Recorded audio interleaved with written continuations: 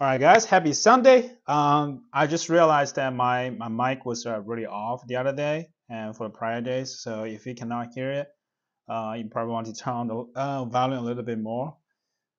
And today we'll keep going through this NEPQ black book of questions from Jeremy Miner.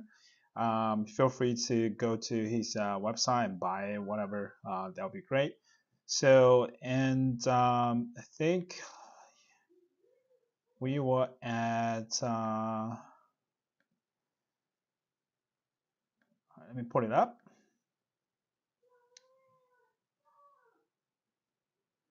So this is the book.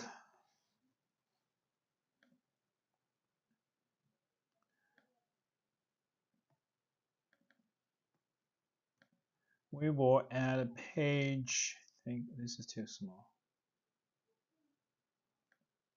Fit, remove. I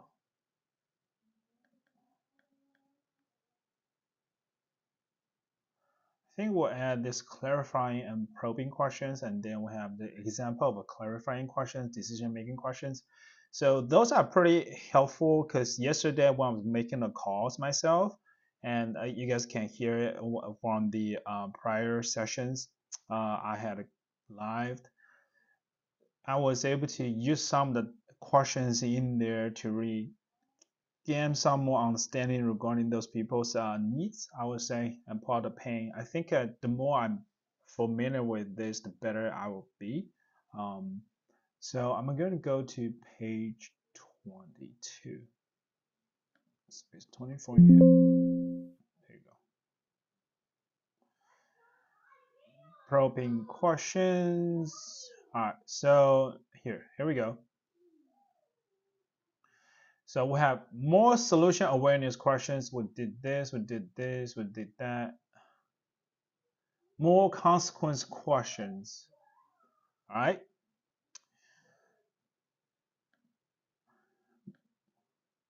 More consequence questions. If you don't decide to address this problem now, how much will it cost you this year in loss of revenue, profit, or sales? If you don't solve this issue, what is the impact it has on your business? Can you afford to take the risk? Can you achieve your goal without addressing this problem? What what would the impact be if your company decides to do nothing about solving this problem? Repeat the problem that what they said they had, and you stay with your current vendor. What if you don't address this problem right away? What would that cost you in your loss in revenue this year? If they say well, I'm not sure, you'll say, well, if you really thought about it, what would that cost you? What's the potential impact on your business if you don't do anything about this? You are willing to settle for that? Are you willing to settle for that? And can your company achieve its goal without solving this issue? What type of effects will this have on your business if you don't do anything about it? So let's say if we try to do this on a real estate, real estate, right? Let's say we're doing this in a real estate, and we'll say this guy is a tired landlord, and the tenant is paying but not repaying correctly. It's late this month or seventh month. So how would that impact you in your? So the first one was, if you don't sell this property right now, how much will it cost you each year in loss of rent? Because the tenant is not repaying enough, and you had to go through this eviction process. It's going to be this is a month, right? How much longer are you able to endure for that, right? And then that's one layer. The second layer is, I mean, who else is going to? So, what would that impact your family if it decides not to solve this issue and get the tenant out, or sell? If he decides to not sell this property and you have to keep coming back to fix these issues, How would that impact your family if you keep doing so, right? And if you don't address this problem right away, what would that cost you in loss in rent this year? Because I don't know. Well, if you really thought about it, like how much more money do you need to put in there? Let's say the tenant is it's not removing out, it's not good at all. They destroy the house. Like how much money do you need to put in there to fix it, right? I mean, what's the potential impact on your family if you don't do anything about this? They can say this, I'm not really making any money. The tenant is calling me like crazy every month and ask me to fix this and fix that. I had to go do the things. I'm self-managing, so it costs me not just the money but also my time and to spend with my family. And my family is get so fed up because each month I need to put money in there, and the money could have done something else, right? So that might be the train of thought. Are you willing to settle for that, right? Just more like creating some urgencies. Are you willing to settle for that, or are you looking to do something with it? You know, okay. Budgeting questions to ask in a complex selling environment. All right. If it takes multiple visits to make a sale and your product or services is a higher priced solution that requires multiple decision makers within the organization, remember the more pain the prospects experience, the more money the prospect will pay for your solution. They can only experience that pain by the skilled questions you are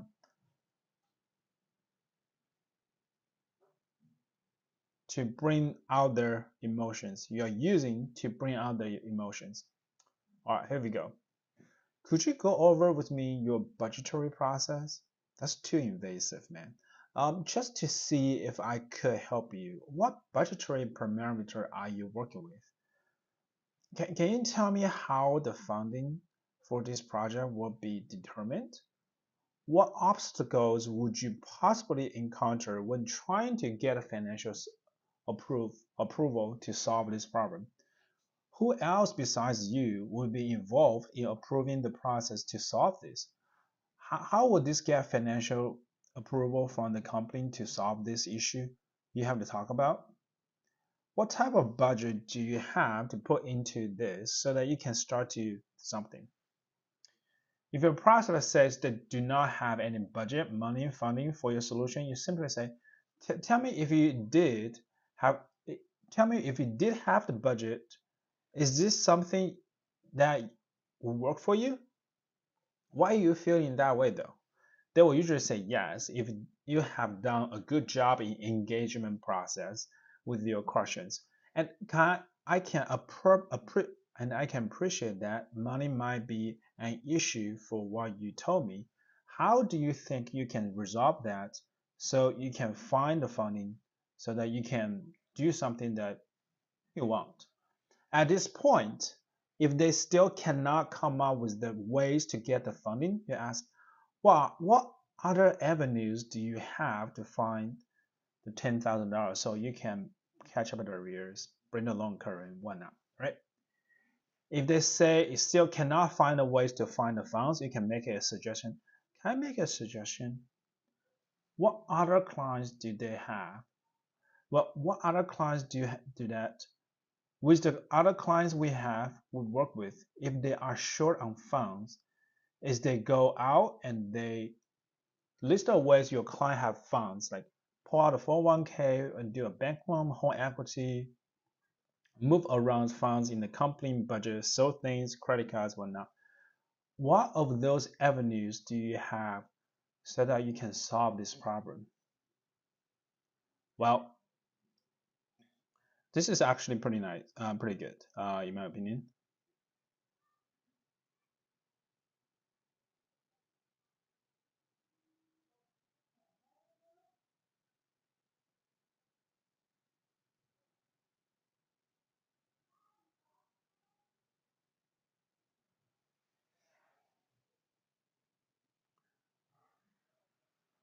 right? So you think about so think about like this. If we are dealing with homeowners most of the time, I mean, at least when I'm doing the prospecting for the foreclosures, homeowners don't want to do anything with it. They want to be able to uh, keep the property most of the time, right? But they don't really have the funds to do so. This could be a good way to really get engaged and to come to your reality, right? Because we talk about there are 5 different ways to help you to address the auction, but doesn't there's only 2 ways to really help you to keep the property, basically. So maybe we can say how I mean tell me if you had the funds is this you mentioned that you want to keep the property. So tell me, if you had the funds, would that is that something will work for you? Why do you feel in that way though? Okay. I can appreciate that the money might be an issue from what you told me. How do you think we can resolve this so that you can find the funding so that you can how do you think you can resolve that so that you can find the funds so that you can keep the property so that you and your families will have a shelters at the moment? What are the other ways you have used to find the money so that you can catch up the arrears to prevent it from get foreclosed on? Okay, it sounds like nothing has worked right now, right? Can I make a suggestion? Okay, what with other clients do? We have worked with in the past. When they're short on funds, they actually go outside and they check under the 401k to see if they have any loans in place they can take so that they can catch up the arrears. I mean, how much do you have a 401k account that's going to help you out? I mean, obviously, if you withdraw from the 401ks, you're going to pay penalties in there. How much money do you have in the 401k so that you can pull the money out to really help you out in this resolve this situation, catch better arrears? I don't really have any. Okay, okay. I mean, are you able? Have you tried to um, use some credit cards sort of things on Craigslist or Facebook Marketplace so that you can raise some funds to really catch up the arrears? No, I really don't have. Oh, okay. I mean, what of those avenues do you, so it sounds like what try there's no you cannot have you thought about maybe any friends or families you might have um to bring in the loan current you can borrow to bring in the loan current. No, really, I don't really have any. Okay. Now it sounds like there's just no way for us to really get some money to catch up the arrears. No. I mean, how would that impact you and your family if we just couldn't catch up the arrears and the bank could end up? How would that impact you? Yeah, I mean, the bank might foreclose me. Okay, I mean, are you willing to settle for that? No. Okay. So, I mean, it sounds like there might be some difficult decisions we probably need to make at the moment. Um, Now we cannot refile. There's no way we can find to bring the loan current. For the people who have worked in the past, they actually sold the house to us. When they sold the house to us, they told us that they appreciate that we walked him through down the road to help them guide them through the process and what they can do to bring the loan current. Now they found out that they cannot bring the loan current. The next logical steps they had was trying to sell the property to prevent they lost anything to the auction. I don't know. I mean, is there something you even consider about it? Yeah, I will consider that. Have you thought about it before in the before we talk about it? I mean, have you thought about just selling the property in the first place, just to be done with it? Yeah, I mean, what has got into the way?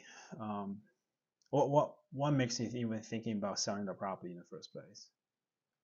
Okay, that might be the way to really get into the true emotion and that. Okay, so I mean, if there's a way that you can get some money into your pocket and move into the apartments you wanted, what else do you think that is going to prevent you from moving forward from this transaction, moving forward from this property, so that you can get the money out and buy the property and move to the places you wanted to? That might be the way I'm probably going to go to. So, all right, let's go to the next. The proposal process. Rule number one: never give a prospect a proposal without understanding what their problems are, and do they have the budget to solve the problem? Do they have the money to solve the problem? They do, because a lot of people we talk to, they can sell the house to resolve the issue. That's the ultimate situation, right? You should live by this. There's no exception to this rule. Even if you have a prospect that says, "Can you just send me over a proposal with your pricing in it?" You must never for you never must fall prey to this with a prospect. If a potential customer asks you for a proposal upfront before you have discovered what their situation is, you simply will say this: "I would be open to putting together a proposal for you, but I'm not quite sure if I could even help you yet. Could I ask a few questions about your situation to be able to put something together for you that might be useful? What would that be appropriate? Would that be appropriate?" Actually, this is quite nice, because when we're going to have a lot of you probably go through different objections, right? So you probably go through different objections. This is one of the good objections you can actually get actually. So one of the objection is, yeah, I want to sell the house. Can you just send me what you can offer? Just give me an offer, right? So the objection is, just give me an offer. How can you combat that? All right. This is showing you that you can do so. You're saying, "I will be open to put together a offer for you, but I'm not quite sure I could even help you yet. Could I ask a few questions about your situation to be able to put something together for you that might be more useful? Would that be appropriate?" Then that might able to get the people to open up. So that's objection handling for, "Hey, can you give me an offer?" You know, I think that's pretty good. Then you start asking a situation question to find out more about their present situation. It is as easy as that. No, it's not. Come on, just make it.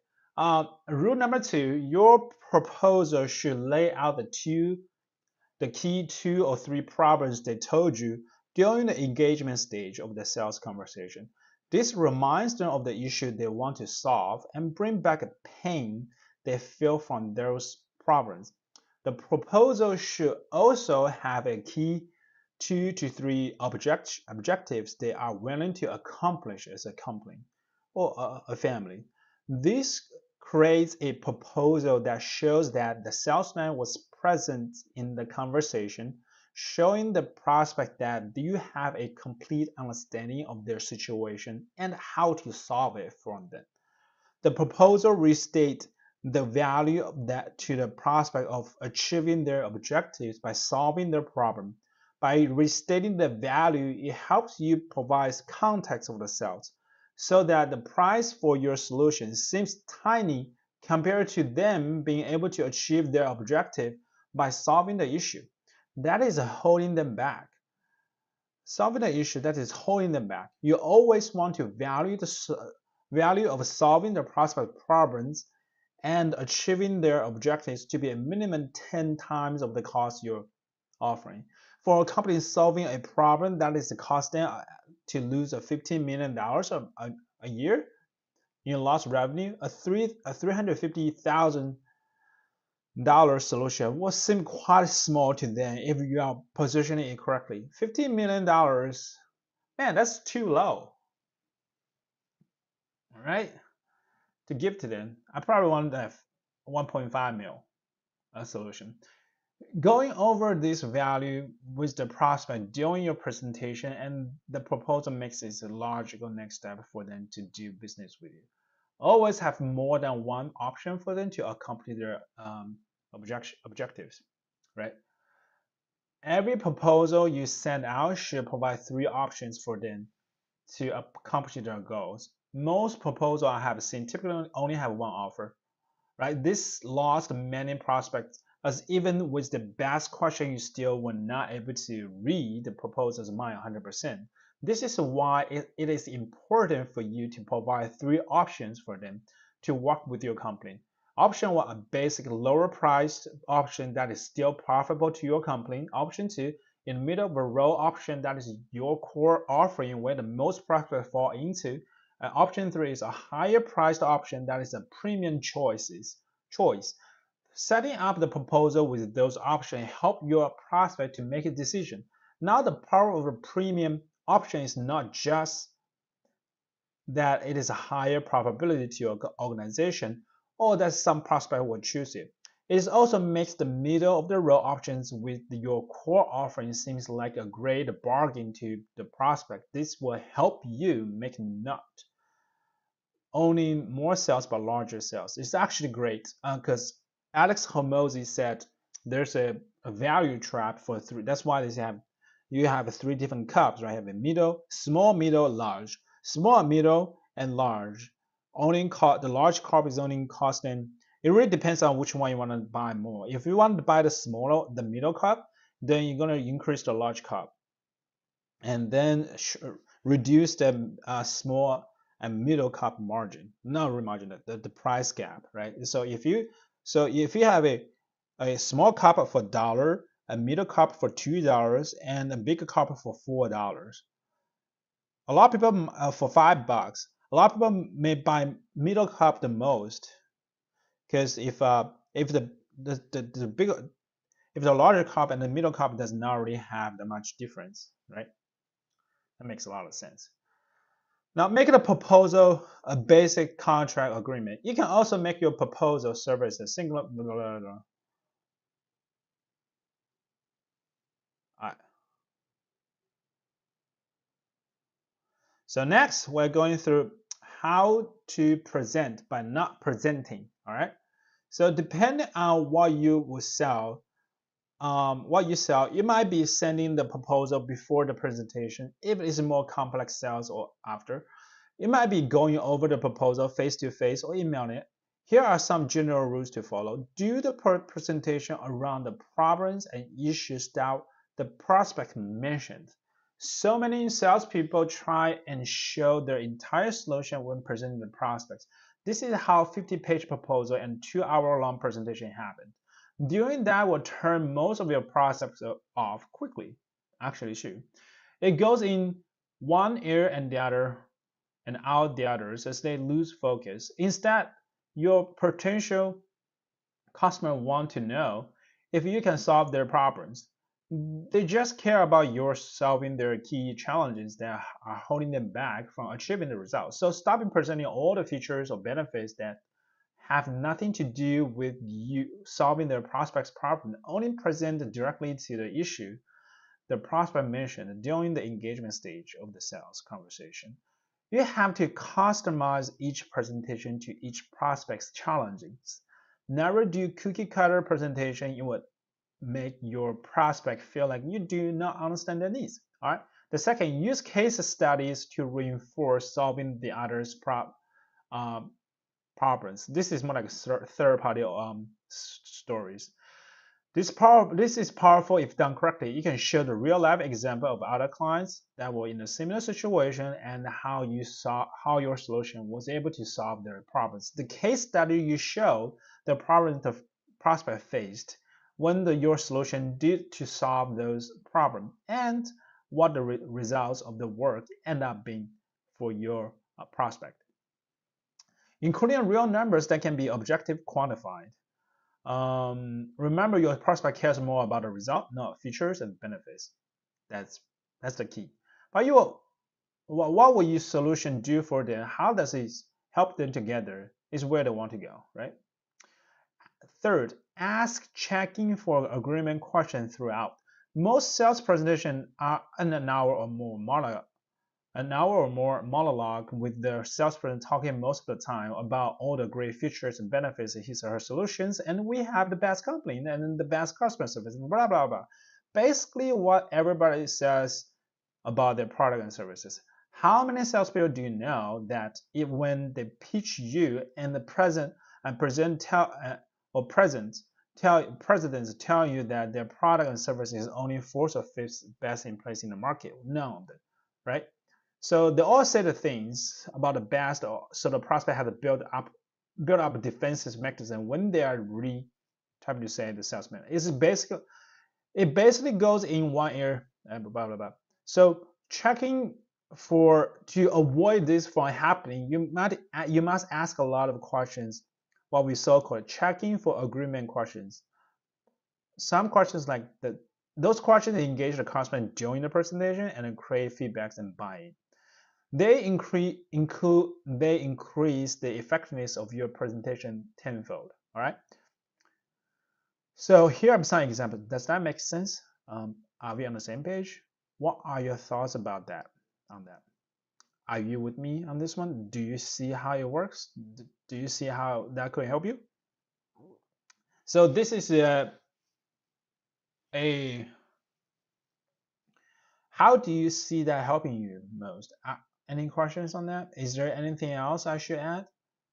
Those questions help you keep a pause on how the presentation is going with the prospect. It serves as a dialogue that keeps the prospect engaged in the conversation. That's right. Right. Additional proposal questions to ask. We had a plan to cover the following areas. What parts of the presentation would be the most important to you that you want me to spend more time on? Actually, this is great. I like that. What are you hoping to gain from the proposal? What are your thoughts on what we outlined so far? What ways does this capture what you are trying to accomplish? Can you walk me through your decision-making process? How would your funding and budget to solve this problem be determined? What aspect of this possibly concerns you? Who besides you would be deciding on which firm to work with? I sense you have some hesitation about that, about what we have covered. Can you help me understand what is behind that? What's holding you back? If you have two vendors that will eventually match in terms of solving the problems, pricing, and experience, how would you make your decision? Is there anything else you would like to go over before we finalize our approach? This is actually great. I like it. Right. So when we present the solutions, we want them to engage, right? So we had a plan to cover the following areas, like how we can go about helping you solve the issues and stop the auctions, and might try to help you keep the prop. And if there's any way we can help you to keep the property, what part of the offers or what part of the conversations would be most important to you that you want to spend more time on, right? How it's approach and how we do that, blah blah. Or we can say, what aspect of this is possibly concerns you? What are your thoughts about what we just outlined? Can you walk me through like what ways does this capture what you're trying to accomplish? I mean, I sense you have some hesitation about selling the property. Can you help me understand what is that behind that? I sense you have some hesitation about the pricing. Can you help me to understand what's behind that? So if you have two identical offers, like in terms of same terms and conditions, same pricing, how would you make your decision, right? So those are great questions when there's multiple offers and presenting offers. Maybe just going back to the prior sessions that when he was talking about he's talking about presenting the solutions. There's not just one way to present it. You also want to focus on their needs, right? So so I think I'm just going to stop here, and in the next sessions we're going to go over the qualifying questions. Those questions are going to help you to really qualify the prospects. All right. If you find some value in these videos, and please give me a thumbs up and subscribe to the channel. Other than that, peace. Have a good night. Have a good day.